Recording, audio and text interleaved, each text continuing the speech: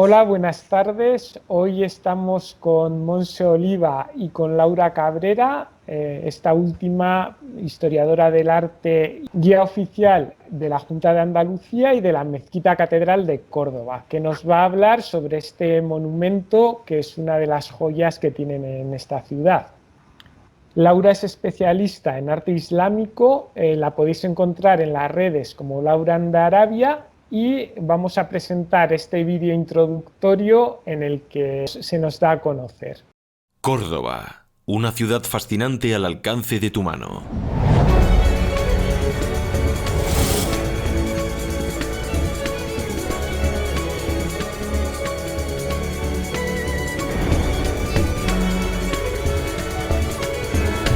Descúbrela junto a una guía oficial historiadora del arte.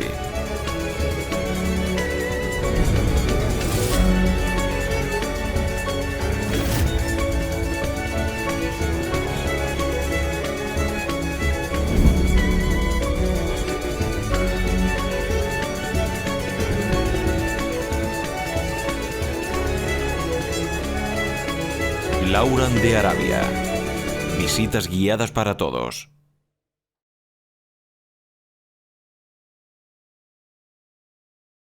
Me llamo Montserrat Oliva Andrés y soy historiadora del arte, especializada en arte funerario de los siglos XIX y XX aquí en Cataluña, y también tengo el máster en gestión cultural y me podéis encontrar en Instagram como Arte de Fondo y en YouTube como Vídeos Historia del Arte. Yo soy Hugo García, posgrado en Historia del Arte, profesor en las aulas de la experiencia de la UPV, en la Asociación de Vecinos de San Martín de Vitoria-Gasteiz y en los centros socioculturales de mayores del Ayuntamiento de mi ciudad. En las redes sociales me podéis encontrar como Vitruvio Arte, igual que en mi web www.vitruvioarte.com. Bueno, pues buenas tardes. Lo primero, muchas gracias por hacerme partícipe en esta charla o explicaciones de templos, de monumentos, de arquitectura, de arte en general. Yo lo primero que me gustaría decir es por qué la Mezquita Catedral de Córdoba es un edificio tan importante o tan singular y que está esperando que todo el mundo venga a visitarlo. Fue el edificio más importante de todo el occidente islámico, es decir, de la Meca a Occidente no hubo un edificio como él, una mezquita del Jama como esta. Además, este edificio supone el inicio del arte islámico, del arte andalusí, propiamente dicho, el arte islámico en Al-Ándalus. Y, como siempre le digo a los visitantes cuando vienen a verlo, la Mezquita Catedral de Córdoba es como un libro de historia. Es el libro de la historia del sur de la península ibérica, porque dentro se pueden ver pues, un poquito de todas las civilizaciones, de todas las culturas que habitaron esta parte del país, estas tierras. Por lo tanto, tiene algo para los no tan expertos en arte y los más expertos pues, pueden buscar, se puede ver fácilmente la evolución de los capiteles, la evolución de las columnas, de las basas, de los arquitraves, de la disposición de doble arcada. Entonces, tiene un poquito para todo el mundo. Bueno, todo esto hace que este edificio sea declarado Patrimonio de la Humanidad por la UNESCO en 1984. La Mezquita Catedral de Córdoba, como todas las mezquitas, está dividida en dos partes perfectamente diferenciadas, que son el patio o saj y la sala de oración o haram. Empezamos por el patio porque es por donde tenemos que acceder al edificio, y en el patio hay una parte muy interesante, porque en el suelo, en una parte del patio, se ve la huella arqueológica de lo que fue el primer alminar o minarete, construido por Hisam I. Es muy interesante. Y además desde ahí, con mapa en mano, plano en mano, que bueno, lo verán en la pantalla, se pueden ver un poco, se puede hacer una introducción de las distintas partes, porque este edificio no tuvo las dimensiones que tiene ahora al principio, sino que se construyó en distintos momentos, en distintas fases constructivas. Empezó Abderramán I, Abderramán II lo amplía hacia el sur, Abderramán III es el que construye el alminar o minarete, que hoy está dentro de la torre campanario, porque lo que hoy vemos es una torre campanario. ¿Por qué no se echó abajo el antiguo alminar y se construyó la torre campanario en su lugar en vez de construirla sobre el alminar? Buena pregunta, normalmente todo el mundo la hace, ¿no? Cuando está viendo la torre campanario, porque dice, bueno, si el alminar está dentro, ¿por qué no se queda? ¿Por qué no se echa abajo y se construye en su lugar una torre campanario, ¿no? Y es que en el momento de la Reconquista cristiana, en 1236, por Fernando III el Santo, en ese momento, bueno, y durante varios siglos, se conserva el alminar, el minarete de Abderramán III, como torre campanario. Se le incorpora una torre de campana arriba y un crucifijo, el pendón de Castilla, obviamente, y se usa como torre campanario. Pero hubo un gran terremoto en el siglo XVI, XVII y sucesivos siglos, se vio muy deteriorado, entonces se construye la torre campanario que hoy vemos a todo alrededor de la alminar. Entonces hoy se conserva, no completo, se conservan unos 22 metros, que ya es mucho, pero está dentro. Por eso mismo no se echó abajo, se conservó porque se usó como torre campanario. Eso es muy interesante. Bueno, pues sabemos por las crónicas que Abderramán I llega a la península ibérica en el 755, además llega por las costas de Almuñécar. Almuñécar, algunos textos hablan de Torrox, incluso, ¿no? Toda la costa granadina y esa parte de Málaga. En el 755, como digo, lo que no está muy claro, porque los cronistas no se ponen de acuerdo, es cuando ordena la construcción de la mezquita Aljama, de la mezquita primitiva, de la primera parte de la mezquita. Algunos autores hablan del 785, otros del 786, 787, pero normalmente viene establecido como 786, el año que damos como el inicio de la construcción de este templo. Él manda a construirlo porque necesita un lugar de oración para los musulmanes. Los musulmanes cada vez eran más.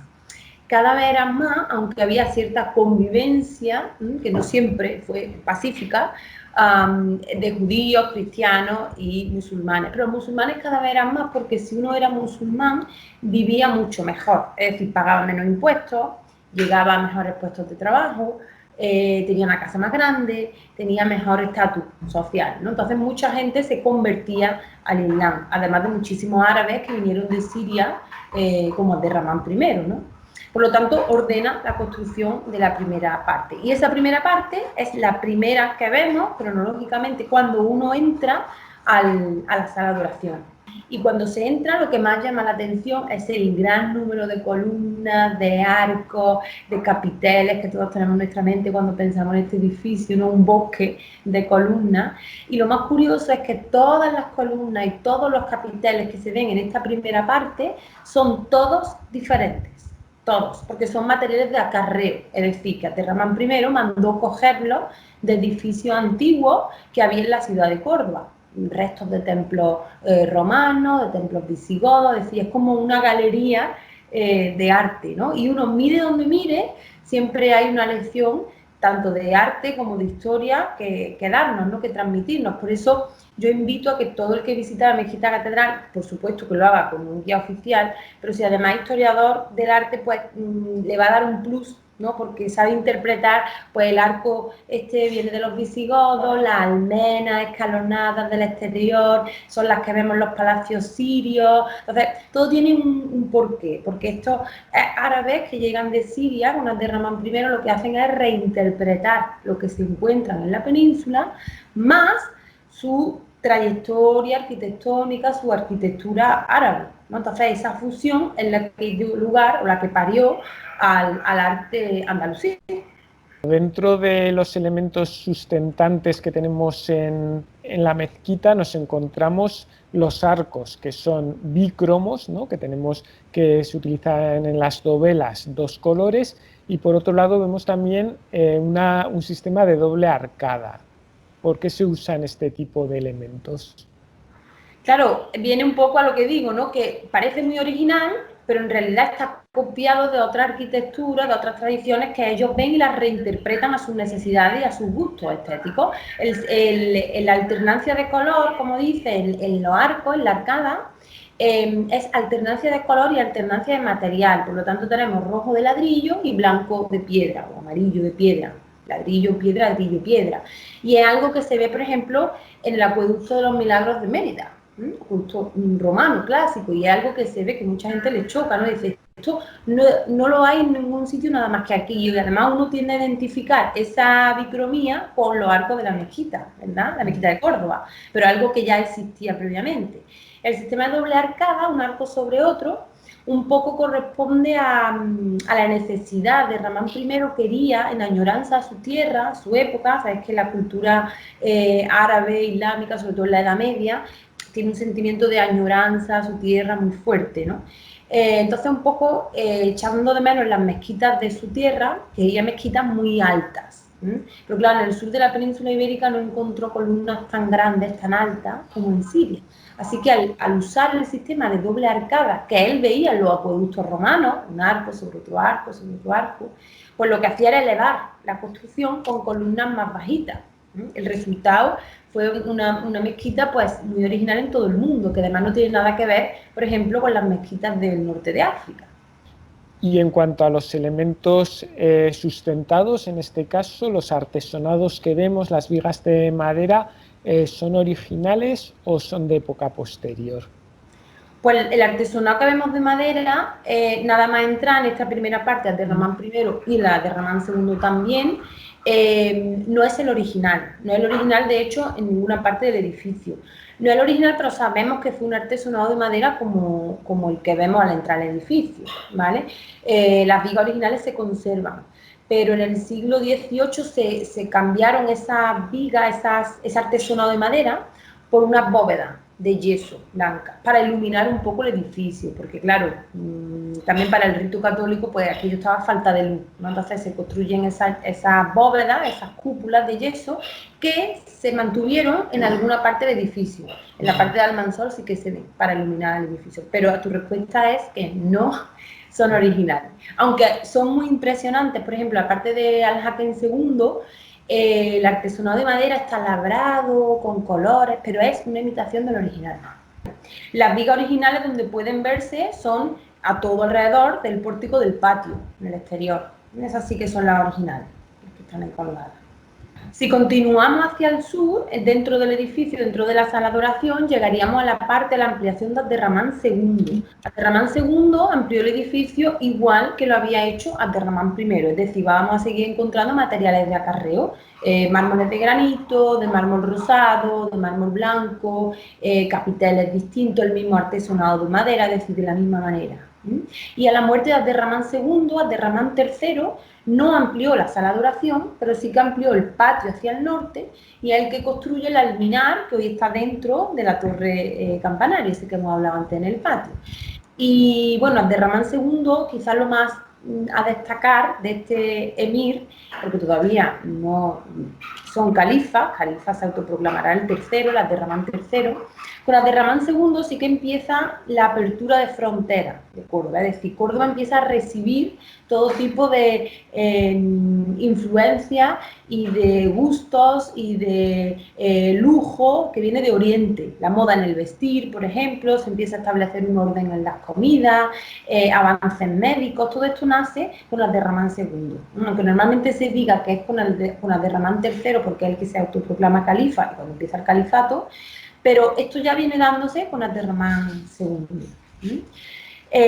Después de Abderramán III, que bueno, Abderramán III además, al autoproclamarse califa en el año 929, supuso pues el estandarte del poderío omeya, ¿no? Y a él se legitima como un poder totalmente legítimo y se compara a los abasíes de Bagdad y a los fatimíes del norte de África, que son sus enemigos desde siempre, prácticamente, desde el primero de los Abderramán.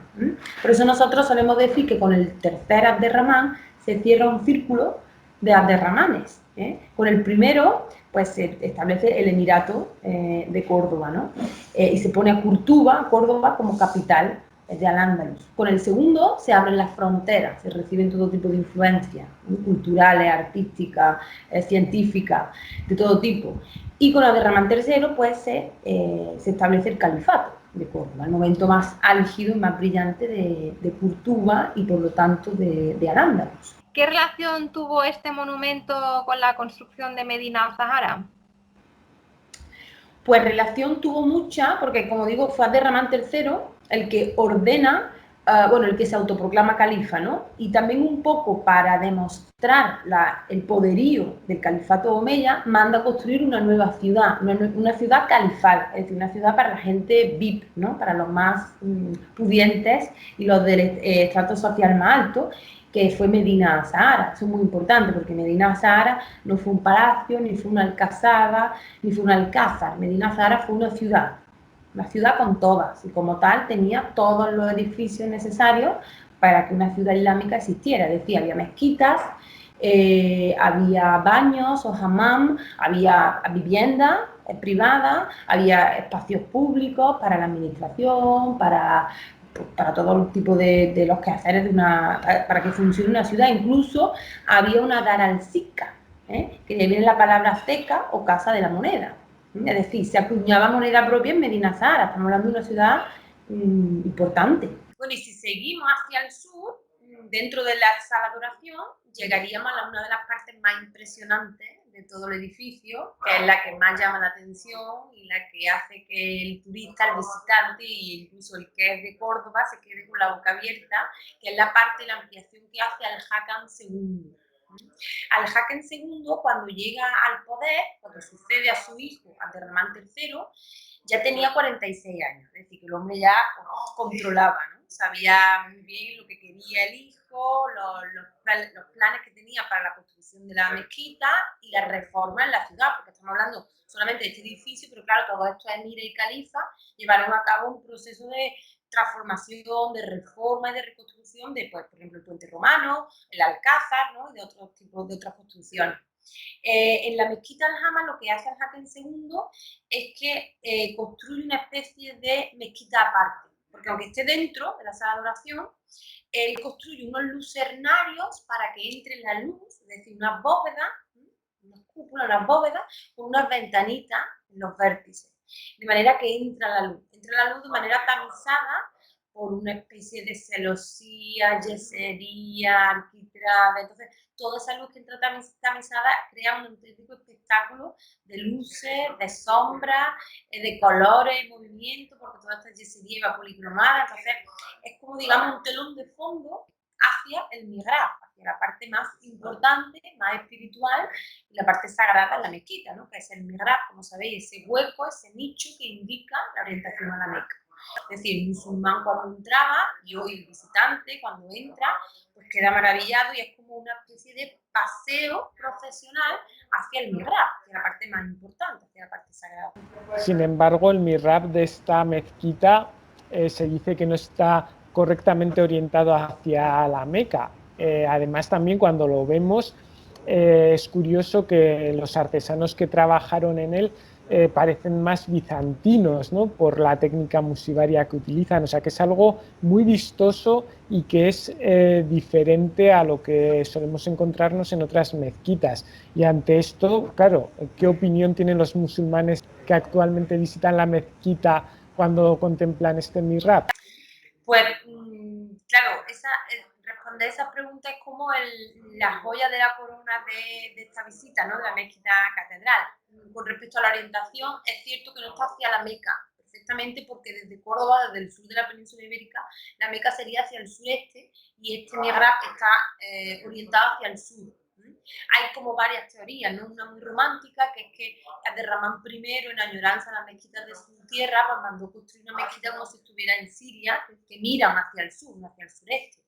Y bueno, la que tiene más seguidores, ¿no? La que los historiadores más o menos pues defendemos, es que, claro, la construcción de la mezquita Al-Hama como Abderramán I, la mezquita fundacional, se basó en construcciones preexistentes que ya había allí. Entonces, pues claro, tuvieron que limitar un poco la orientación del edificio, esto que sabemos que siempre pasa en arquitectura, ¿no? Bueno, y con respecto a la decoración de mosaicos del mihrab, como dice, es impresionante y la verdad que no deja a nadie indiferente, no solo estéticamente, sino porque para la historia del arte es muy importante. Sabemos que Al-Hakam II le pide al emperador de Bizancio, de Constantinopla, Estambul actualmente, maestros musivarios, es decir, los que hacen los mosaicos, ¿no? Que vengan a Córdoba para labrar, para crear esas teselas, todos esos mosaicos que decoran nuestro mihrab. Evidentemente estos maestros pues enseñaron a discípulos cordobeses, ¿no?, la técnica del mosaico bizantino, y es un auténtico espectáculo. Son todos teselas de cristal vidriado, coloreado y pan de oro, es decir, que tiene oro, ¿no?, y todavía brilla. Además el mihrab de Córdoba es original, tiene reconstrucciones obviamente, pero es original. Y se termina en torno al 965 aproximadamente. Además, las inscripciones que hay en árabe cúfico alrededor, pues hablan de que en ese año fue Al-Hakem II el que mandó construir ese mihrab, además de versículos del Corán que aluden a Alá, Muhammad, como podéis imaginar, ¿no? Pero pues, a eso se debe que sea tan original y tan diferente a otras mezquitas, y que recuerde un poco a la Constantinopla, incluso a Santa Sofía. Si habéis estado, vamos, vosotros de hecho sé que lo conocéis, pero muchos visitantes vienen y dicen, pero estos mosaicos me recuerdan a otros países, como de Oriente, una cosa así más exótica, y es por eso. Vinieron maestros musicales de allí a hacerlo. El musulmán, cuando viene a visitarnos, identifica un mihrab, porque un mihrab al fin y al cabo es un arco con la orientación, un nicho, un hueco con la orientación a la Meca. Ellos perfectamente saben que no está perfectamente orientado. Eso es algo que nosotros no nos damos cuenta, pero ellos sí que lo perciben, ¿no? Pero claro, lo que más choca para ellos es que eso es un mihrab, se identifica como un mihrab, pero no pueden rezar. Claro, estamos hablando de un edificio que actualmente es la Catedral de Córdoba, todo el edificio. Aunque hay una parte, que es la que estamos nosotros ahora mismo visitando virtualmente, ¿no?, que conserva el aspecto de una mezquita. Entonces, claro, pero sigue siendo catedral toda esa parte. Entonces, se respetó el mihrab, no se echó abajo, que también mucha gente pregunta, ¿cómo es que es posible que se conservara el mihrab, ¿no?, si eso es como el símbolo de poder del Islam, ¿no? Yo digo, bueno, pues ahora mando yo, pues lo primero que he hecho abajo es el mihrab, ¿no?, como si fuera el altar mayor de una catedral. Ellos lo conservan por la belleza, obviamente, pero le cambian el significado, le cambian la manera de entenderlo, porque actualmente es, digamos, una capilla de la catedral, pero claro, visualmente se ve que es un mihrab, la estética, ¿no?, el aspecto sigue siendo islámico y sigue siendo un mihrab. Entonces, bueno, a los musulmanes se le explica y ya está, se entiende perfectamente. Bueno, y si ahora nos dirigimos hacia el este, la última ampliación musulmana es la que hace Al-Mansur o Al-Mansor, que mucha gente dice que es la de peor calidad arquitectónica y calidad artística de todo el edificio, porque sí que es verdad que aquí las dovelas del arco no alternan material, ladrillo, piedra, Aquí es simplemente pintura roja imitando el ladrillo, y todo es piedra, una manera de abaratar costes. Sin embargo, en esta parte se encuentra algo muy interesante para la historia de la humanidad en general, que son las marcas de cantero, que son los nombres o las firmas o los símbolos que dejaron las personas que labraron esas columnas. De manera que, dependiendo del número que habían marcado, así ganaban, ¿no?, así tenían de paga, ¿no? Entonces encontramos nombres musulmanes como Omar, Alá, obviamente, Muhammad, pero también hay cruces cristianas, estrellas, como olas, ¿no?, o elementos que aluden al agua, por la importancia del agua para los primitivos cristianos, velas de barco. Entonces es muy curioso, tiene ese toque de originalidad la parte de Almanzor. Sí, que nos indica también que ya no se utilizan materiales de acarreo, sino que estamos ante materiales labrados específicamente para esta parte del edificio. Labrado ex profeso, exactamente. Ya con Al-Hakem II eso ya pasaba. Además, conforme uno se acerca al mihrab, va viendo que los capiteles ya son todos los mismos. No son que si jónicos, corintios o compuestos, ¿no?, sino que son, o visigodos, ¿no?, sino que son labrados ex profeso para ese lugar, porque ya Córdoba tiene poderío suficiente como para labrar como para tener sus propias canteras y sus propios trabajadores. Y Laura, si no recuerdo mal de cuando visité la mezquita, ¿esta parte se ve más iluminada que las partes anteriores? ¿A qué se debe? Esta parte se ve más iluminada, es cierto, porque conserva esas bóvedas de yeso que os dije al principio, que se quitó el artesonado de madera y se pusieron estas bóvedas de yeso para iluminar el edificio, la catedral en sí. Entonces, en algunas partes se quitaron y se construyen el artesonado de madera, y en otras se conservaron las bóvedas. Bueno, pues estamos ahora en el 29 de junio, justo ayer, pero de 1236, cuando Fernando III el Santo conquista o reconquista la ciudad de Córdoba. Desde ese momento, la mezquita Aljama queda consagrada como iglesia cristiana, y más adelante será catedral. Lo primero que hacen es pues poner una enorme cruz cristiana en la cúspide del alminar, del minarete, y además del pendón de Castilla. Y desde ese momento las crónicas nos cuentan que en las calles cordobesas se oyen lamentos musulmanes y gritos de alegría cristiana, obviamente, ¿no? Pero claro, ¿qué es lo primero que hacen dentro del edificio para darle un aspecto cristiano? Imaginaros el aspecto de la mezquita Aljama, totalmente oscura, esos arcos, el mihrab con la orientación a la Meca. Era un espacio islámico, arquitectura islámica pura y dura, ¿no? Entonces, bueno, lo primero que hacen es empezar a abrir capillas a todo alrededor del edificio. Por eso, en este edificio, cuando uno entra, se queda como, pero esto es cristiano, aquí hay una capilla y estos arcos, y hay un mihrab, y aquí una inscripción en árabe, y aquí un Alá es grande. Entonces, uno queda como que no sabe muy bien por dónde va la cosa, ¿no? Entonces, claro, empiezan a abrirse capillas a todo alrededor y necesitan un lugar para rezar, porque tienen que celebrar la primera misa para consagrar el edificio, ¿no?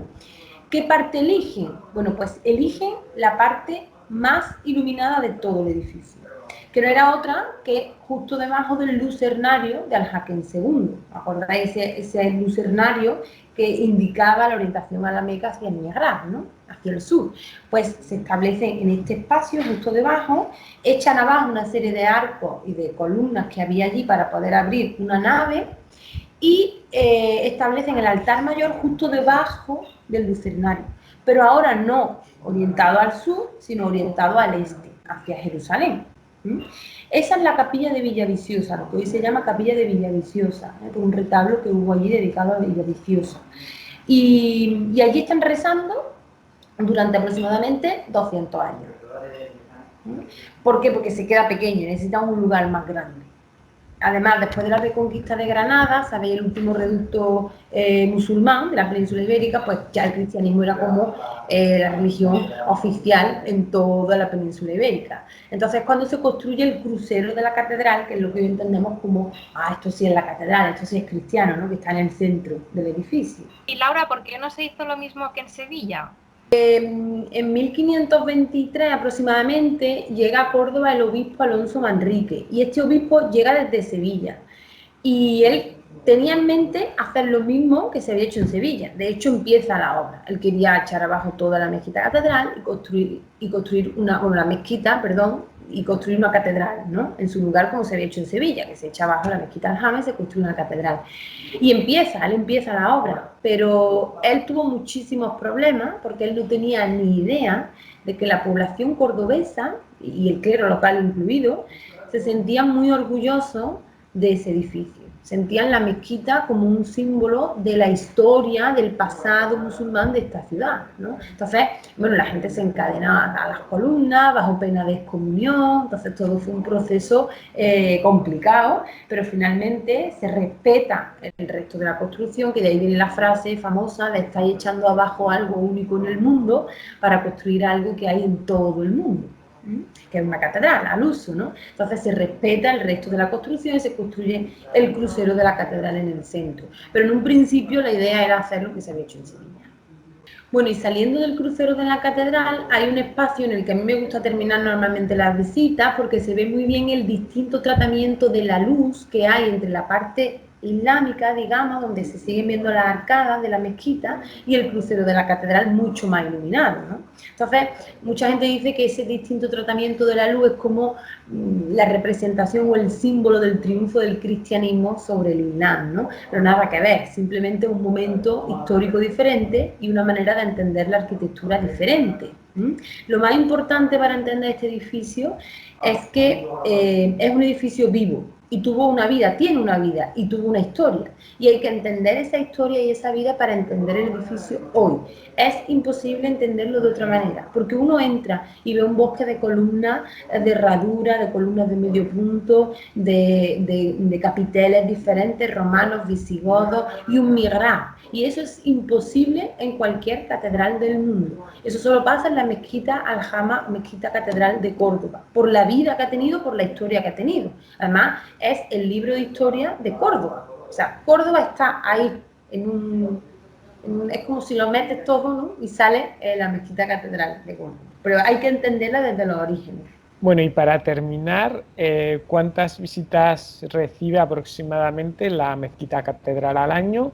Y ¿es el edificio más visitado de Andalucía o la Alhambra de Granada, que es uno de los monumentos más visitados de España, se visita más o menos que la mezquita catedral? Efectivamente, la Alhambra de Granada es el más visitado de España, por lo tanto el más visitado de Andalucía. Pero bueno, la mezquita catedral de Córdoba no se queda atrás. Sabemos que el año pasado recibió en torno a 2 millones de visitas, que no está nada mal. Primero es la Alhambra de Granada, como decís, y luego es la Sagrada Familia, Barcelona, y el tercero sería la mezquita catedral de Córdoba, así que bueno, no está nada mal. Bueno, pues muchas gracias, Laura. A ver si seguimos colaborando en otras ocasiones. Y bueno, pues aquí dejamos el directo de hoy. Muchas gracias por tu colaboración y animamos a la gente a que vaya a Córdoba, a que visite la mezquita catedral y que haga la visita contigo, con una guía oficial, que además eres historiadora del arte y de alguna forma, bueno, pues también les vas a transmitir unos conocimientos rigurosos, extensos, y yo creo que tienen como muestra un botón, ¿no? Esta charla que hemos tenido contigo, que ya la gente puede hacerse una idea del gran conocimiento que tienes del edificio. Muchas gracias, de verdad. Yo encantada cuando queráis. Aquí estamos, yo estoy esperando en Córdoba. Ahora mismo hace un poquito de calor, pero se puede aguantar. Muchas gracias, Laura, por todo. Ha sido un placer escucharte. Fui a Córdoba de viaje de novios y la verdad es que no tiene nada que ver la visita que hice yo individualmente y además siendo historiadora del arte que escucharte a ti que tienes tanto conocimiento. La verdad es que te lo agradezco mucho porque gracias a ti pues lo he podido entender muchísimo mejor.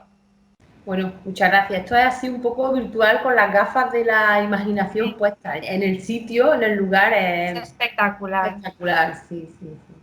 Yo me hice fotografías con los vitrales que entran y alumbran el suelo y me hice unas fotografías muy chulas que creo que reflejan un poco también la espiritualidad que tiene el lugar. No sé, es como tocar historia, ¿no? Cuando estás ahí. No sé, es un sitio como muy, muy mágico. Pocos sitios me han desprendido tanta magia. Es muy, muy sobrecogedor, sí. Tuve casi la misma sensación cuando visité el Partenón de Atenas, más o menos. También otro templo que también ha sido reutilizado durante la historia y que también tiene muchísimos usos. Y también los cristianos también hicieron también una iglesia allí, de hecho, también, en este mismo caso. Sentí exactamente lo mismo, como un sitio así como muy especial. Muy mágico, muy místico. Y Laura, ¿ya has podido hacer visitas después de esta crisis sanitaria en la que estamos inmersos todos aún? Pues poquito a poco, desde el 13 de marzo que tuve la última visita, hoy he tenido una visita a Mezquita Catedral y a Judería, al casco histórico. Así que ya podemos decir que la mezquita está abierta, ¿no? Entonces... Sí, está abierta. De hecho, lleva ya abierta una semana. Lo que pasa es, claro, con unas medidas un poquito más restrictivas, pero se puede visitar perfectamente. Y podemos visitarla y podemos pasear por el casco histórico. Además, también está abierta la sinagoga, ya, que también es un sitio espectacular. En Córdoba también está abierta el Alcázar de los Reyes Cristianos. Y bueno, poquito a poco, casi todo. Qué bien, cuánto me alegro. Pues muy bien. Bueno, pues hasta el próximo vídeo. Pues sí, eso espero. Adiós. Adiós. Chao.